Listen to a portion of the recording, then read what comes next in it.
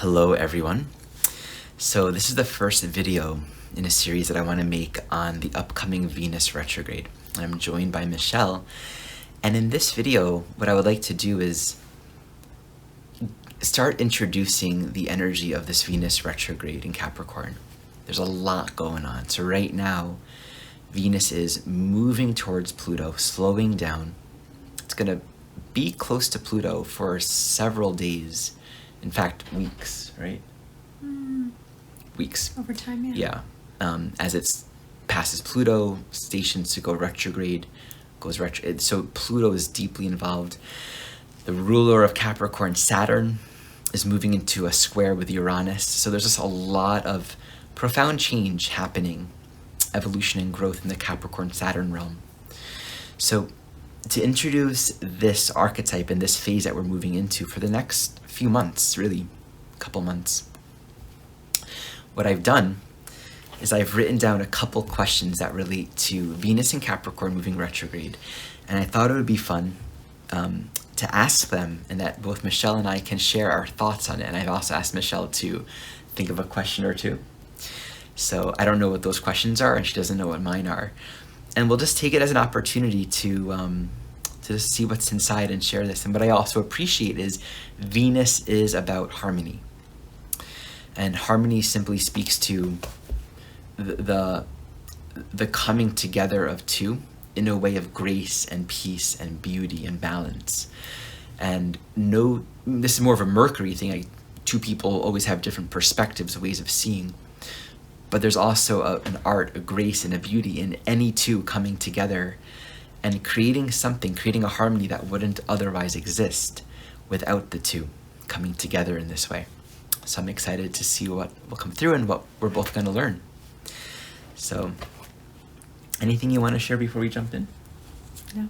Okay.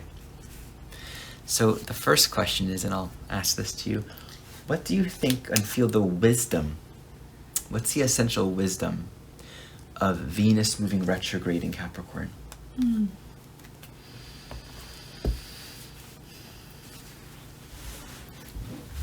Well, there's two things. There's the wisdom of the retrograde itself.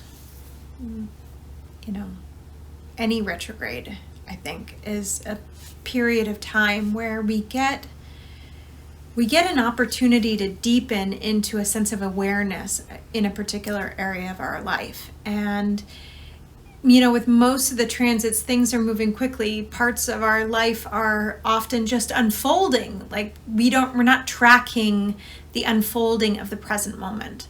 But with retrograde periods of time, and particularly with Venus retrogrades, these areas of our heart, of the beauty of our life, are getting a threefold pass, basically, for deeper integration.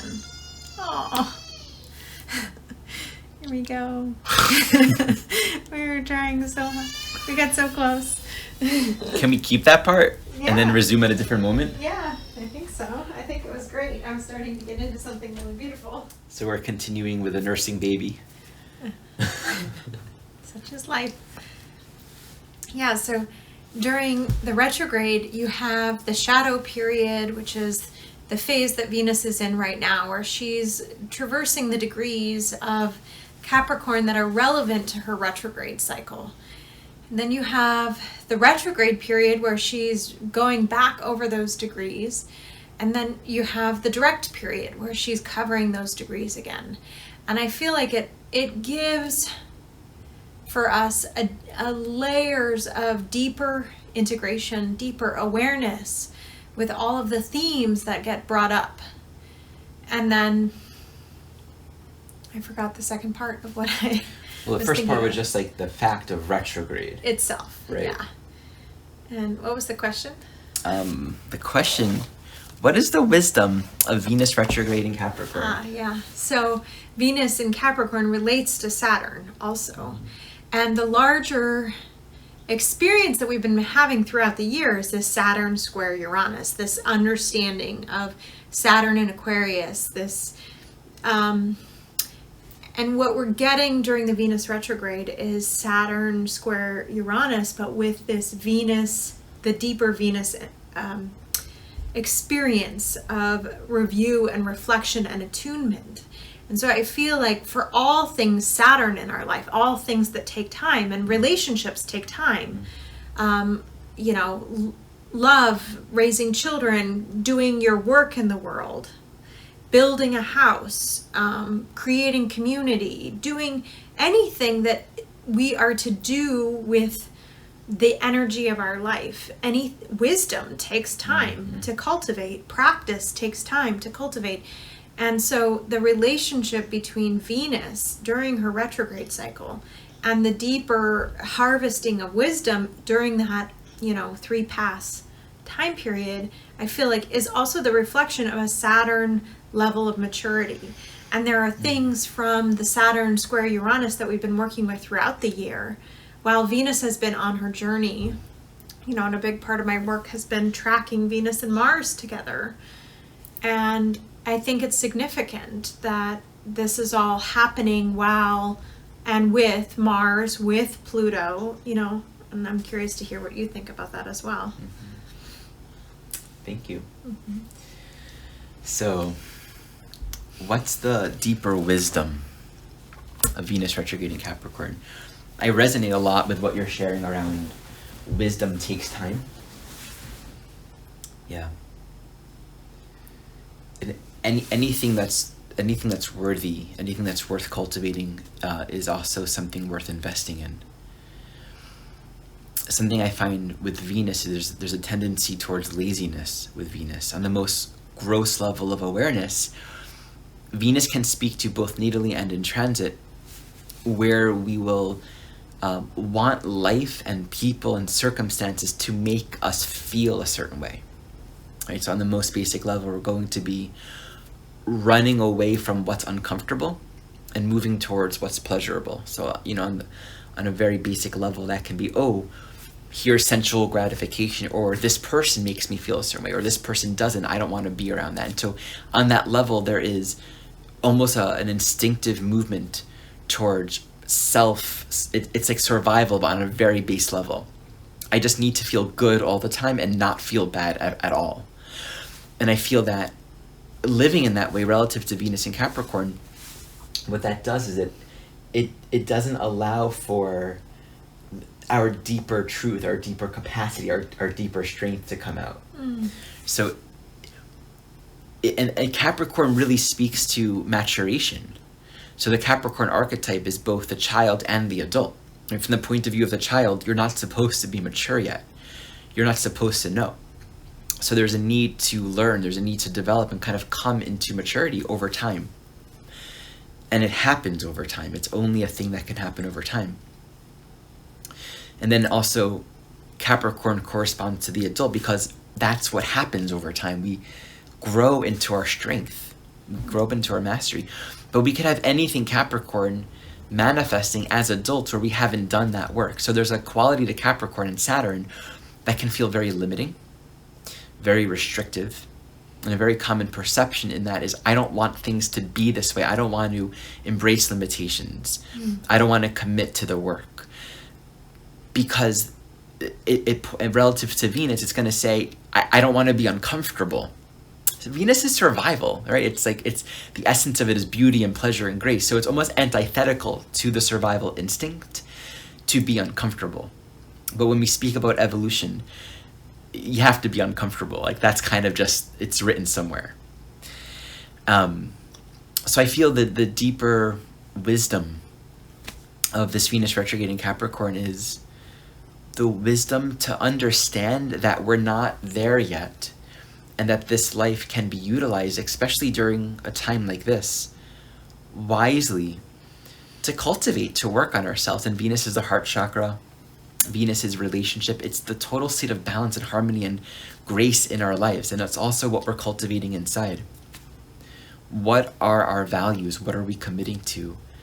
How can we take responsibility and really do our work? And one thing about the retrograde, I really do often find that in particular with Venus retrograde, it's a retreat. Like all retrograde archetypes are like, get away from the outer world, the conditioning, the patterning, and go within. So I think there's an opportunity to become strengthened, deeper self-knowledge, deeper clarity, deeper growth in all aspects of our life, really emanating from the commitment to know ourselves more deeply. I just realized that Venus is in Capricorn Forever. is my favorite statement from the I Ching. Constancy bears fruit. You know, it's the constancy of Saturn. You know, it's one of the most common phrases I find in the hexagrams that to me points to the reality that you can't harvest anything of real value from something that you don't have to consistently attend to.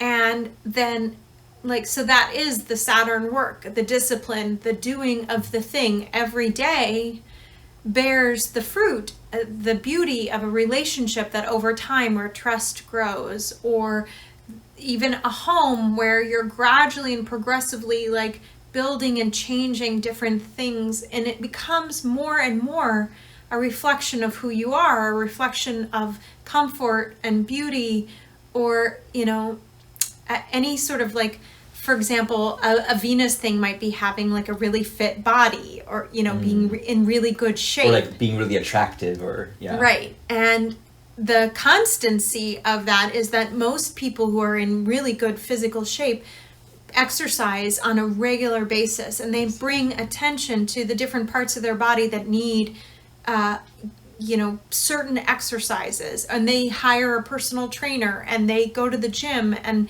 you know, they have all the Venusian things. They have exercise clothing and equipment, and a routine is the Saturn. And the fruit that's born of that, if they are really investing in themselves, is strength and agility, or, you know, an ability and a physique that is pleasing or pleasurable from a Venus perspective. Like, but the constancy of the things that require our heart's attention, and in particular, from a Venus and Capricorn perspective, the things that we have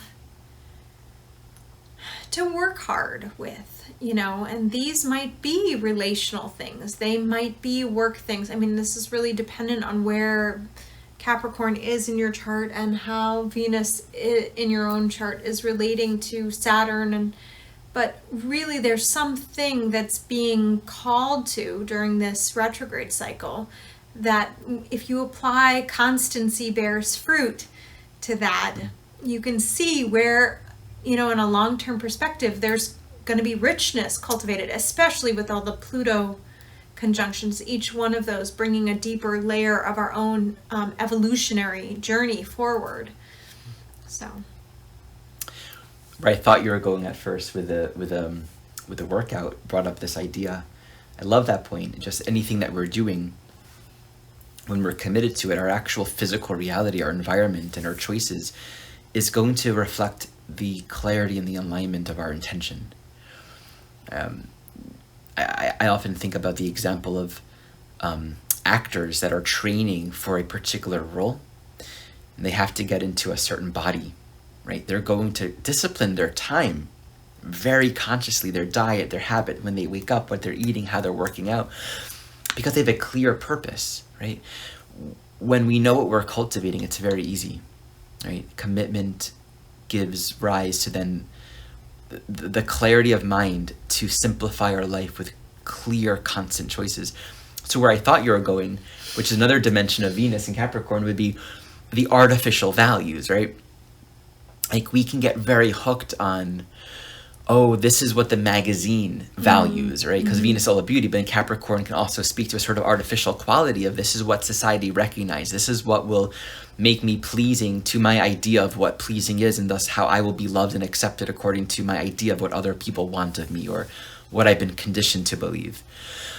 And so a part of this as well is not just the discipline and the training, but I would say also a deep, deep unraveling of a lot of these conditioned values that are not real for us, that take us further from our own alignment, from our own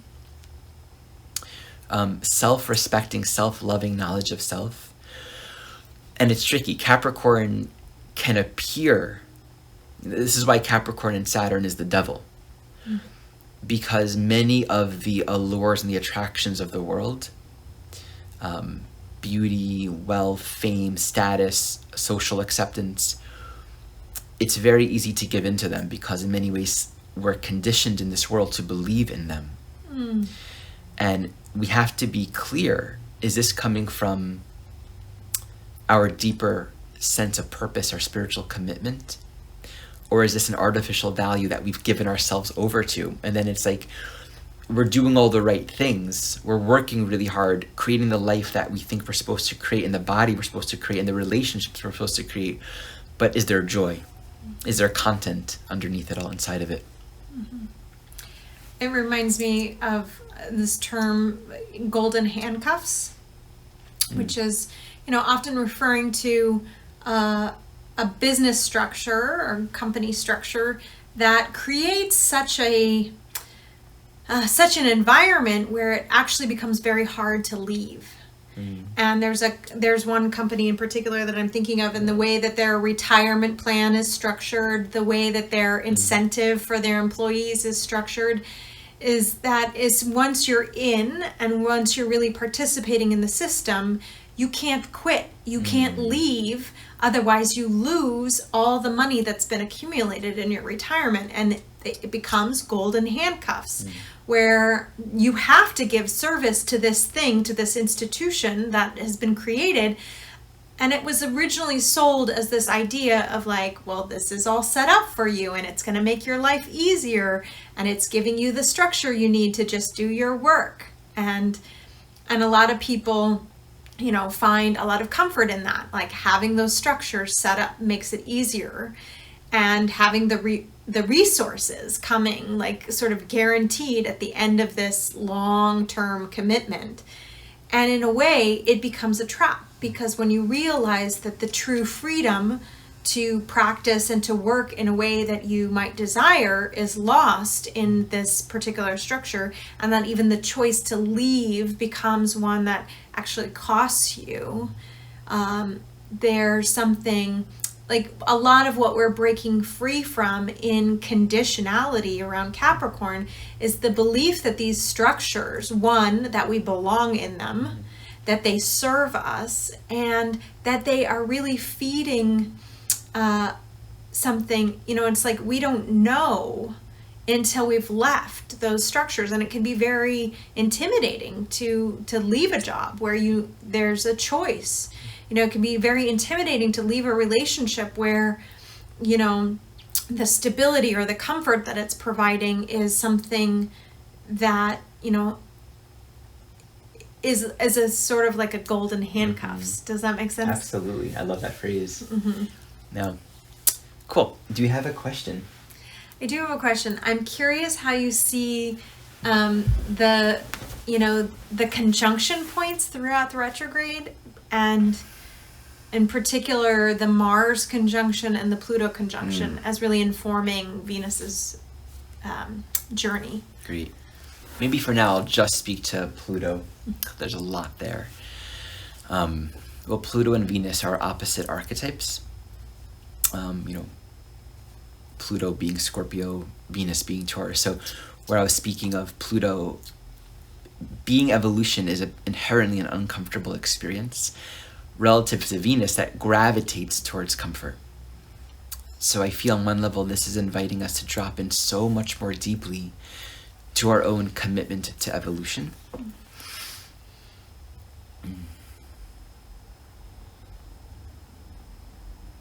This is something I was thinking earlier today when I was going on a walk with Ella. See if I can articulate this.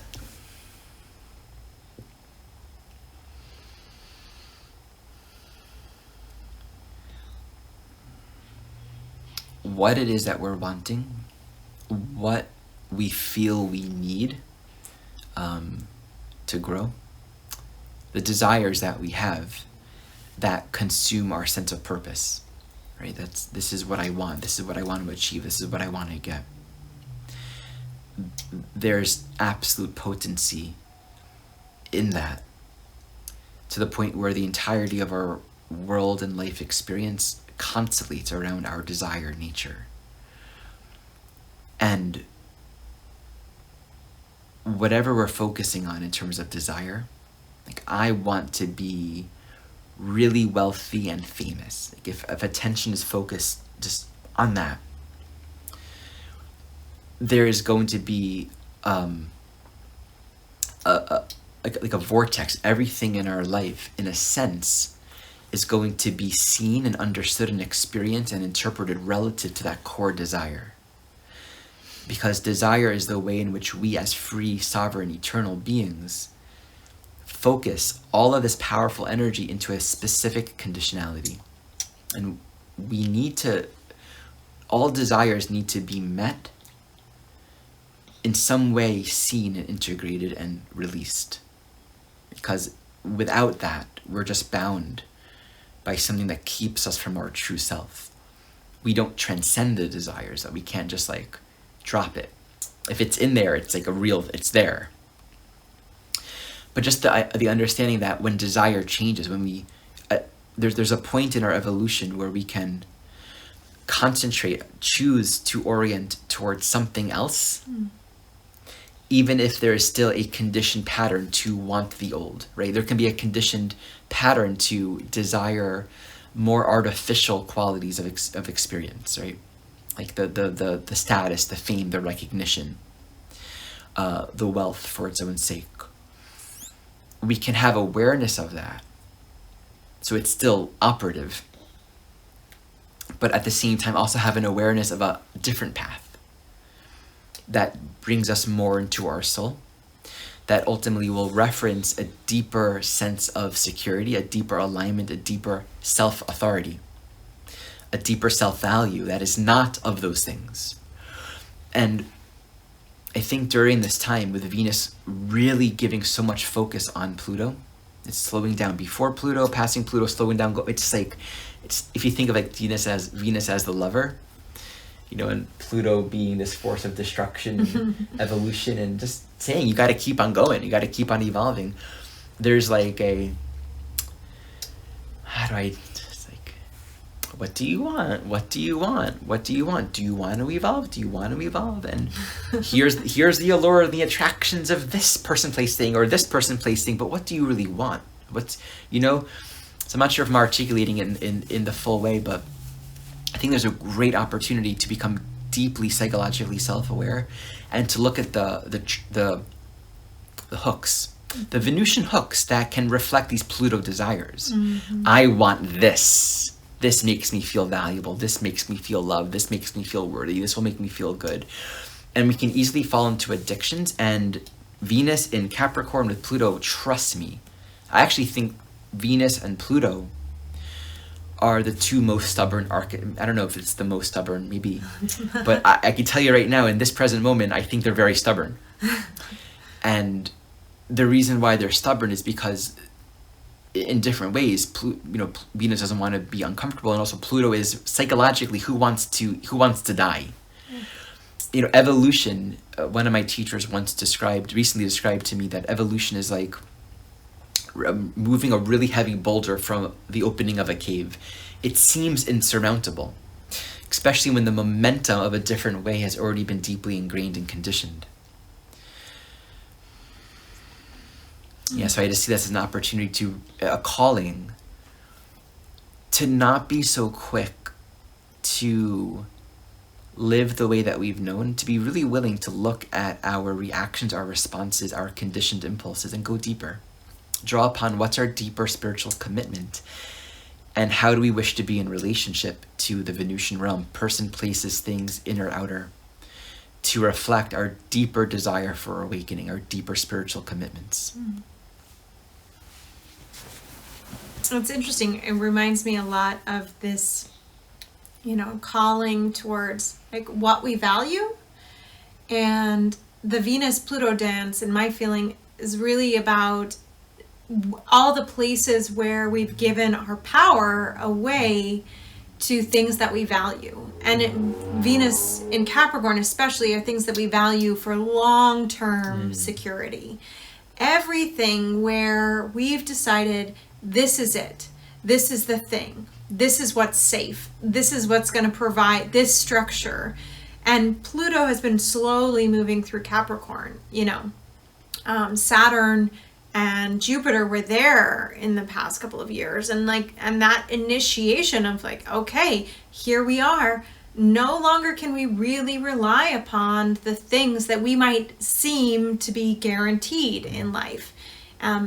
Calling into question that which we think is eternal, or that which we've given too much value to, like going back to the example of the golden handcuffs, where so much value has been placed on just doing this work and service to the detriment of the soul. And I think Pluto is also reminding us, anywhere where we allow for desires to give away the soul. Pluto will easily take us into a darkness where when we haven't been able to live our life because this thing, this person, this, whatever it is, dominates us and controls us. And it's always a voluntary choice to give our power to anything, because on a soul level, there's nothing that actually we can possess, nothing we can hold on to, nothing that is eternal other than that which is most true inside of us, which is true in everything. And so I think the dance of Venus and Pluto in particular is the ways in which we are wrestling with how desire and how power become trapped in structures that don't actually provide that which what we're seeking. Safety, security, consistency, long-term stability. Pluto is going to really say, no, you're not going to find that there. You're going to give your soul up for this. You're going to get, and present situations where we have to really determine what is the ultimate value of who we are, and where does our worthiness come from? Where does our sense of safety come from? Where is, or can we just simply allow for things to dissolve over time so that we're creating a new structure? And that's what I find interesting about Venus's conjunction to Mars, first in Capricorn before Pluto, and then they pretty much travel together into Aquarius, and then they move through basically until they get into Aries. Then there's enough distance between the two of them that they start to not be in the same sign. Big part of what I'm teaching and following and tracking for next year is this movement of Venus and Mars together, and it pertains so strongly to everything that we've been learning about Saturn in Aquarius, Jupiter in Aquarius, but now Venus and Mars are going to make that same journey together, and Pluto is sort of the intermediary, sort of passing them both into a new realm of experience and a new realm of, and basically a whole new cycle for both of them. Just think of the metaphor of that. Venus and Mars are entering into this new journey, but they have to pass through Pluto first. Just the layers of implication when it comes to our personal relationships, and also how we're acting upon and initiating purpose and direction in our life relative to our deeper values. There's so much change happening now. So much redefining during the next couple months or so. And it's a really big redefining. It's really what do we need to surrender at the evolutionary gate before we can enter into, the beginning of next year is all new territory for most of the planets. And there really is an invitation with Pluto and Venus to shed deeper layers of our own orientation towards value, towards worth, towards, external gratification, and be able to bring something different into a life, or even step into the unknown of what happens when you sell all your stuff or you leave that job, or you leave that relationship that was once what you created a whole identity around. And you become something new. You take a new step. You create a new company. You build something that you've never, or even from an internal perspective, you start to orient towards your life and your thinking in a way that you've never done before. Like, that takes a relinquishment of a whole thought system that has only gotten you so far evolutionarily. I think that's pointing me to this insight that I still want to try to articulate a little better. We have these choice points in our life, and what happens as a result of these choices is not actually in the stars, meaning, or rather, the choices themselves aren't in the stars. I feel Pluto is one of the deepest teachings in the sense of we actually have free will in terms of whether we want to cooperate with our evolutionary program or not. And Capricorn, Saturn, time will continue to be available for us for our learning. We will repeat. We will re-engage the same opportunities for growth. There's a lot of compassion in that, for as long as needed. So drawing upon our choice to evolve is sort of a wild card. It's a factor that really comes from within. I feel there's a significant degree to which you can't map these things. And we can think about our life, the next however many years of our lives, as a result of living in the ways that we've known, which to some degree keeps us in victimization, disempowerment, not really choosing to step into a deeper knowledge of who we are. Because identity always wants to protect itself. And so to actually evolve means facing the very psychological resistance and the strong protection mechanisms we've created around making changes.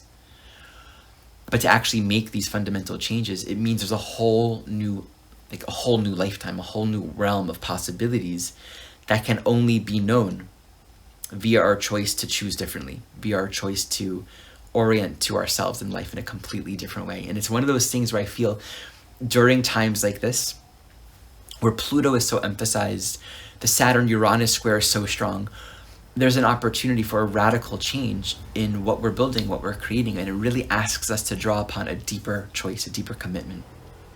There's a lesson in the Course in Miracles that reminds me a lot of that, which is this, I choose a future different from the past. Yeah. And it's just like, we will continue to replay the past because our thoughts are just simply reflecting thoughts we've already thought before. And it really takes a radical reorientation to begin to actually realize that the future is not shaped by the past. And in fact, to clearly make a choice to orient our mind towards a future that is different from the past. Because human beings, like from a collective level, really what we've done thus far isn't sustainable. And many people are realizing that, knowing that, related to climate change, related to everything. Even COVID has really intensively, the separation, the loneliness, the isolation has just heightened the deeper desires of humanity to evolve and to change. And thus we're on a track where it's like we have to choose a future that is different from the past.